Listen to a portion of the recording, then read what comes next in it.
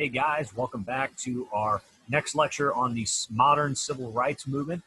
Last time we looked at some of the major events that got the movement started in the 1950s with the death of Emmett Till, the lynching of Emmett Till.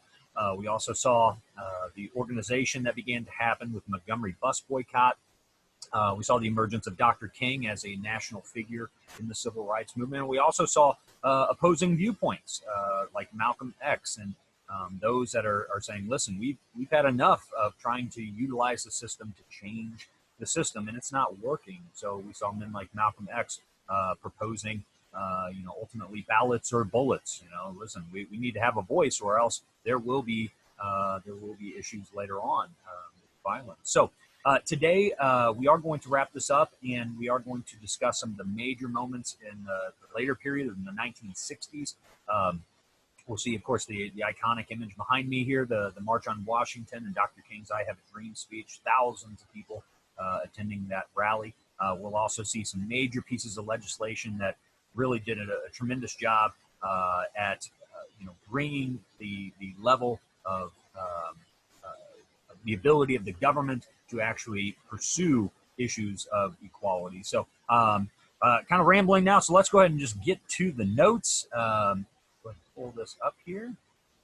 All right, so I do want to begin here. And, we mentioned last time some different types of protests. And, during this era, we did see a number of nonviolent protests, but also some violent protests. And I want to remind you before we get to those that, as I've stated before, when you limit or you take away a people's ability to have a voice in the system, when you eliminate that ability to have a voice, they often lash out when they have no other, it's like you think about like a cornered animal, right? I mean, like when people don't have a way out or don't have a way to exist, they lash out, right? And, this happens throughout the world. This is a human gesture in which, if we truly feel as if we have no other options, sometimes people do become violent. Look at every region in the world and see examples of that happening. So, and sadly, that was the case here. So let's begin by taking a look at some of the non-violent protests that were happening in this country. We mentioned the Freedom Riders. They began to organize by the thousands. And in fact, one summer, they actually went down and began registering people to vote. Laws were keeping most African Americans from participating in the system. 90% of African Americans were not voting in the South. That is not because they were just choosing not to participate. Not only did laws bar them from voting, things like poll taxes or literacy tests, but sometimes it was just the potential of violence. It was the harassment. You go to a polling place, and who's to say that people aren't going to follow you home and perform another, like what happened with Emmett Till. So lynchings were still occurring. In fact, we're going to see some of these Freedom Riders, their buses bombed, as we talked about last time. It's also to note here that 1/3 of those Freedom Riders were actually female. And I mention that because later on, and you guys are going to be reading a little bit about this for me, but the women's rights movement, the modern women's rights movement is also, they're kind of learning during this period. What works, what is, creating change and success among the African-American community. But they're going to apply those things later on to gender equality. And we're going to see that especially in the 1960s and 70s. That really takes off. One of the most famous of Dr. King's protests took place in Selma. I know there's even a movie that came out about it a couple of years ago. But before Dr. King arrived, there had been about 2,000 African Americans who had been protesting after a demonstrator was killed in Selma. And many of those had been arrested because of their demonstration. So Dr. King responded by coming up with an idea for a 50-mile protest. The idea was that this protest would begin in Selma, and they would march all the way to the capital of Alabama in Montgomery. I mentioned before, I believe I have, the lives of Gandhi and Dr. King. I've always found to be very interesting, the parallels there between the two men. Of course, both of them dedicating their life to peaceful causes and nonviolence.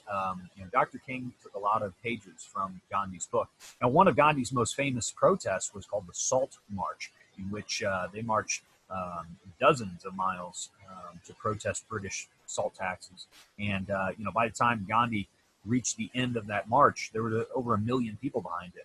Well, that's kind of what Dr. King's attempting to do here, knowing that not necessarily 1 million people are going to respond, but it did have tens of thousands that ultimately attempted to begin in this bitter place of Selma with violent clashes between protesters. And in fact, the very first day, those protesters had been pushed out. You might have seen video of people crossing the bridge, being pushed back with water cannons and horses and screams. I mean, the violence.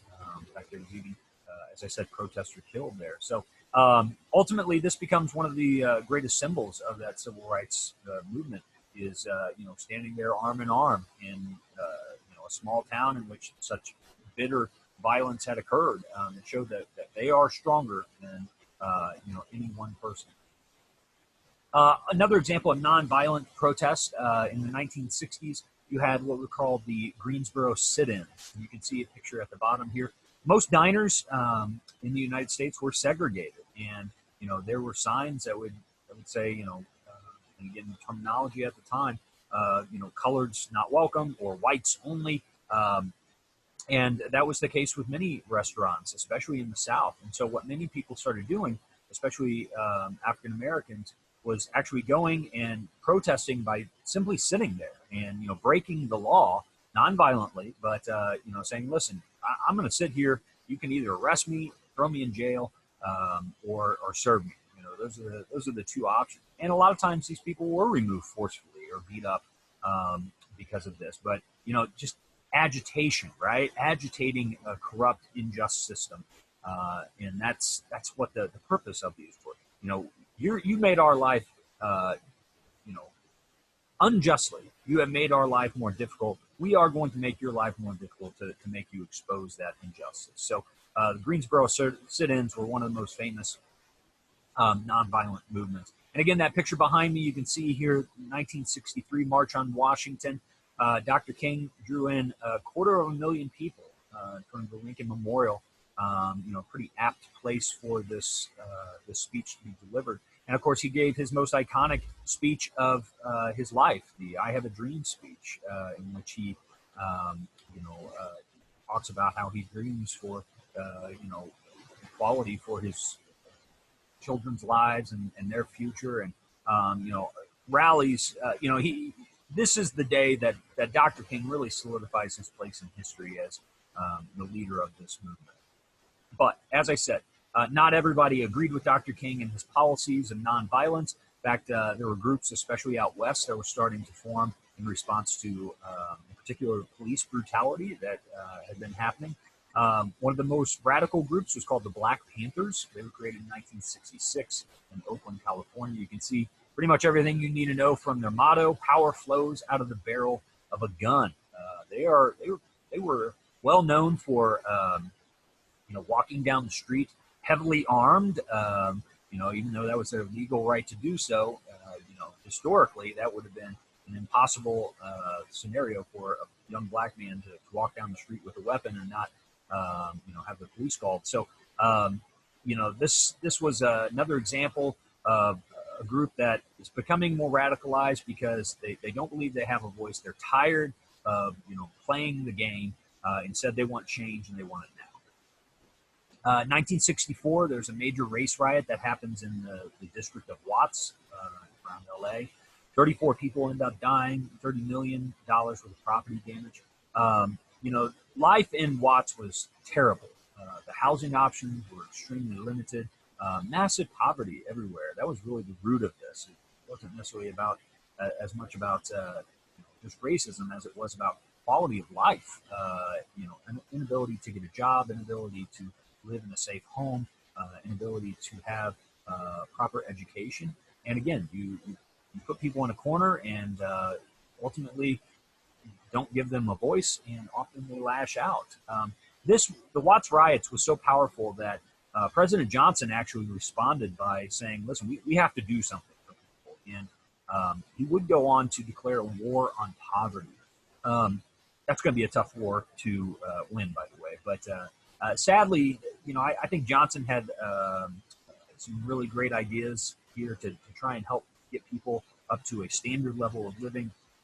But ultimately, he was too tied down in Vietnam, and that will become the focus. So the war on poverty kind of takes a backseat as the war in Vietnam starts to ramp up. This is the big one, Civil Rights Act of 1964. This is one of our nation's most important laws that we have ever passed, and this would effectively end segregation in this country. You can see there the language of it: prohibited discrimination of race, religion, national origin, and gender, so that any citizen could enter any public area. The picture at the bottom here shows President Johnson having just signed this legislation into law.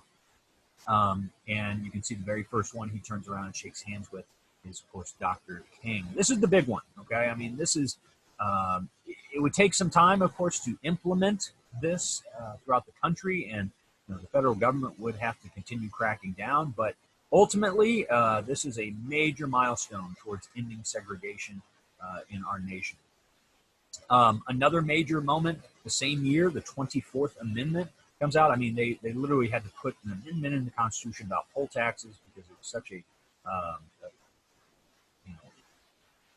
it was such a part of, especially in the South. They wanted to solidify this is illegal. You cannot force people to pay a fee to go vote. Voting should be accessible to all that reach the requirements. The Voting Rights Act of 1965, that got rid of the literacy test for voters, and it also let the federal government register voters that had been denied by local officials. So, very commonly in the South, if a black man went up and tried to register to vote, they could just be told no, nothing that they could really do. But now this gave the power to the federal government in order to get down there and actually register people to vote themselves. There were also some more controversial policy reforms in the 1960s, and affirmative action is an example of one of those. This legislation did require certain jobs and industries to have quotas of minorities amongst their employment. Large employers had to have a certain percentage of minority candidates, had to at least interview, had to hire a quantity. Schools like law schools, they would also be forced to have quotas of minority students. And this does bring up some pretty big issues. Of course, on one hand, you have people that say, listen, for 400 years, minorities have been mistreated in this country, have not been given opportunities to enter things like law school, or haven't even been able to get jobs in most industries. They're saying this helps even the playing field a little bit. On the other side, you have some that say, well, listen, how is this not discriminatory, right? I mean, you're giving people jobs based on race and race alone, perhaps.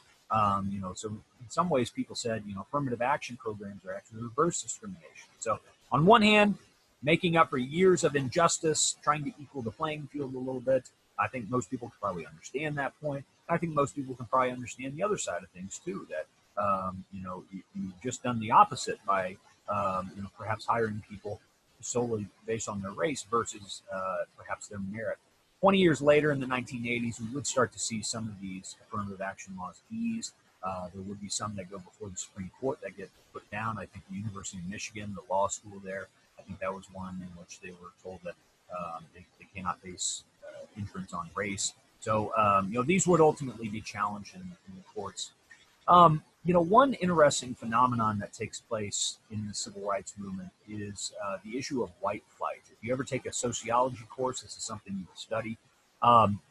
There are many factors that go into why this occurred, but we start to see in the 1970s, 1960s, 1970s, we start to see a trend in which Caucasian populations are moving out of the cities and they're moving to the suburbs. Like I said, there are many reasons I think this occurred. I think the GI Bill even has a part of this, but ultimately, what we see is that the demographics of our nation is changing. We're seeing whites moving to the suburbs. We're seeing that most urban areas are being held by minorities, and especially for schools. For many of these schools that had been in you know, urban areas, that had primarily been white schools. Well, now after school integration starts to happen, and you have white flight occur, now all of a sudden, you have the reverse problem: is that instead of being an all-white school, now it's kind of turned into an all-black school, and you don't have that diversity there. By 1990, you can see some of the real numbers here. 75% of African Americans in the North, attended all-black schools. So what that means is that as the schools in places like downtown Kansas City, my father, he went to the first few years of high school at Southeast High School. Today, primarily African American high school, demographics there. So what we saw is because of white flight, is that school integration, which I think did play a part of it, ultimately kind of ended up reversing itself, where you had white schools become basically black schools in terms of overall demographic numbers. And as I mentioned at the very beginning of this unit, it is not a black-white unit, and we need to make sure that we apply this to everywhere. My notes don't go too far into detail. I have some of the readings that I have selected for you guys that I would like you to read that will expand a little bit more upon some other minorities, Native Americans, Latinos. So we'll briefly kind of discuss those. Make sure you get those readings done to make sure you're caught up on that as well. Cesar Chavez was one of the most well-known Mexican-American labor. He was an activist for the labor workers, especially out west, where you have a lot of Mexican-Americans that are working in the fields, farm workers, very, very impoverished. That's a very difficult job, often for very low pay. And he would go on to start the first successful farm workers union, so demanding just things like safe conditions, where people are given water while they're working out in these fields. So tremendous man who did a lot of good for that community, and overall helped the United States become stronger and more equal society. Native Americans in the 1960s began to have some major moments of not only resistance, but trying to have their rights recognized as well. There was a movement formed in 1968 called AIM, the American Indian Movement, and they've just become kind of an advocacy group that not only demonstrate some of the abuses that were happening on reservations and throughout the tribes, but also highlighting the fact that time after time the federal government has broken treaties with Native American groups. I mean, that is nothing new, and trying to get some sort of justice here. In 1972, they started a cross-country promotion called the Trail of Broken Treaties, and the idea was that they would kind of have rallies in various major cities, making their way to the United States, to the federal government in Washington, D.C. They had arranged a meeting with the bureau chief of Indian Affairs in Washington, D.C. And so this Trail of Broken Treaties, they would stop in major cities, give rallies describing the plight of the Native American, and describing how the federal government had broken their treaties over and over. This is just, it's so cringeworthy how this actually comes to an end, because at the end of the Trail of Broken Treaties, they end up making their way to Washington, D.C., meeting with the plan is to meet with the bureau, the head of the Bureau of Indian Affairs. Well, the head of the bureau ends up canceling their meeting. They are no longer allowed to meet with them, and again, that's kind of been the whole purpose of this rally, this cross-country program that's been instituted.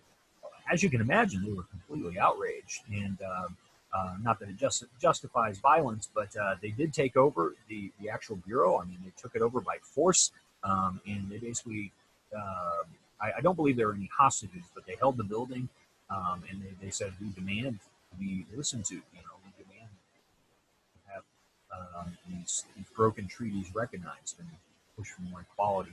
A similar incident would take place later on the anniversary of the massacre at Wounded Knee, AIM would actually take over by force one of these national heritage sites, the Wounded Knee standoff. There were some people that were held here until the government agreed to recognize and hear some of their complaints. But yeah, violent armed resistance. I mean, we're seeing that. You don't give people a voice, and they will lash out. I always hate to end the unit this way, but you know, we do have to look at how many of these leaders we've discussed, and some we haven't gotten to, but how many of them at their end. Of course, most famously with Dr. King, he was assassinated in April 4th, 1968. He was killed by a white supremacist in Memphis, Tennessee. Dr. King had recently gone to Memphis to support a labor union there of striking trash workers. And he had, in fact, given a speech the night before where he kind of prophetically said, you know, listen, I've been to the mountaintop. I've seen the other side. He says, I may not get there with them, but I've seen it, and we're heading to the promised land. And the place just erupted. And, you know, of course, no one knew that the next day that he would be lying in a pool of his own blood. You know, I've seen leaders that were with him. In fact, some in this picture that was taken moments after he was shot. You know, I think Reverend Jesse Jackson, I think, was the one that said it best when he was interviewed shortly afterwards. He said, you know, I hope that white people understand that they have just killed their best friend. And now, of course, you know, this man who assassinated Dr. King did not represent the majority of whites. But, you know, the point Reverend Jackson was making, saying, listen, this man preached nothing but nonviolence. This man preached nothing but trying to make America a more equal and peaceful place. And he was brutally shot down. You know, another sad trend I think we see throughout American and world history is that those who often promote peace, promote nonviolence, are often the ones that suffer the most brutal deaths. In this case, Dr. King assassinated. Let's take a look at another assassination. We have not mentioned him in name, but we have mentioned him in title. Robert Kennedy was the brother of JFK, and he would also be killed in 1968. He was a major proponent of civil rights, why I'm including him here, but he was also, in fact, when he was killed, he was murdered immediately following the speech accepting the California nomination for president. He had just won the California primary, and it looked as if he was going to be the Democratic nominee for president. And I tell you what, I really think he would have won too. So most likely, this assassination here, and again, a lot of parallels with his brother. But in this case, it wasn't necessarily civil rights that, or it wasn't American-centered rights that was the issue for his assassination. He was actually killed over his views on the Middle East, support that Kennedy said the U.S. should give to Israel, which is a whole different story. But he was shot and killed, completely altering the course of American history, without a doubt. And then, sadly, another civil rights leader we've discussed already, Malcolm X. He was speaking in front of 400 of his followers, and I mentioned earlier in the notes how you know, not everyone within the Nation of Islam supported what Malcolm X's message was, and they thought that he had been dividing the Nation of Islam and had been bringing bad press.